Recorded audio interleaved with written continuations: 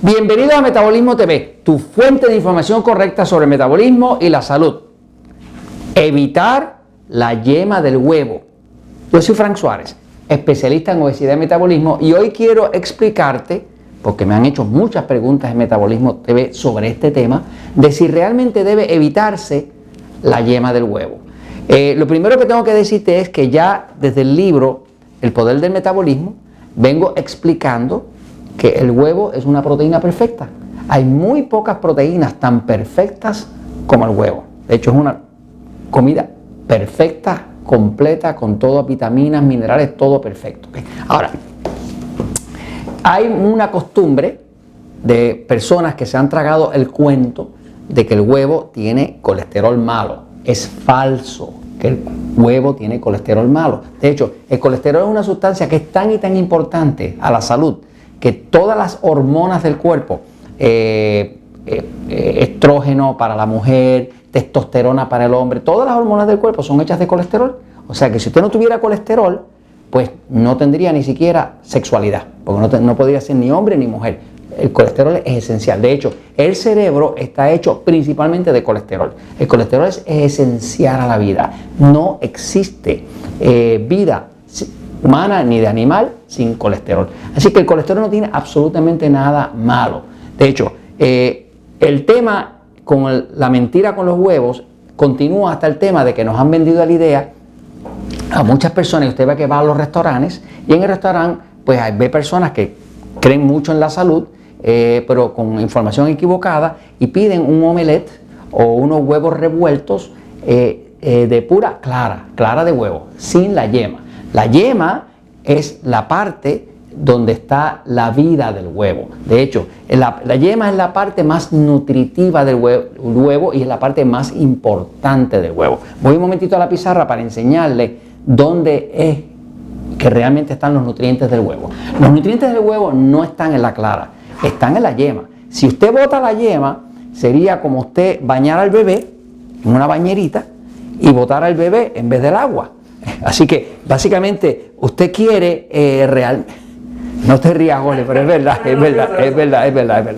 Sí, pues si tú bañas al bebé en una bañerita, el agua se pone sucia porque lo estás bañando, pero tú no vas a botar el bebé, vas a botar el agua sucia. En verdad, lo más valioso del huevo es la yema, es donde está la vida, es donde va a ser el embrio, va a nacer si la gallina se pone a cooperar con el tema, y de ahí saca el pollito que luego termina siendo una flamante gallina o un flamante gallo, ¿no? Ok, fíjate, la yema de huevo contiene todos estos vitaminas esenciales para la vida. Por ejemplo, la yema de huevo es bien alta en ácido fólico. El ácido fólico es una vitamina muy esencial para el crecimiento. No hay división celular, no se pueden dividir las células si hay falta de ácido fólico. Por eso a las mujeres que están embarazadas se les requiere que utilicen buenas dosis suficientes de ácido fólico para que ese bebé pueda venir a tener un cuerpo saludable. La yema también contiene mucha vitamina A, que es la vitamina que se usa para mejorar la piel, los huesos, los dientes, y la vitamina muy importante para la visión. Sobre todo esas personas que tienen deficiencia, que no pueden ver claro de noche, o sea, que necesitan, que la baja luz les hace difícil la visión, necesitan vitamina A. La vitamina B5 también la contiene la yema, esa se llama ácido pantoténico y es una vitamina que repara heridas. Eso es lo que hace que crea las cicatrices, que queden bien, que queden sin marcas, ¿no? Y también tiene un efecto tranquilizante sobre el sistema nervioso. Así que muy buena para la persona que necesita dormir bien, que necesita tener el sistema nervioso tranquilo. El huevo, la parte de la yema, es una fuente principal de fósforo que se usa para reparar las células.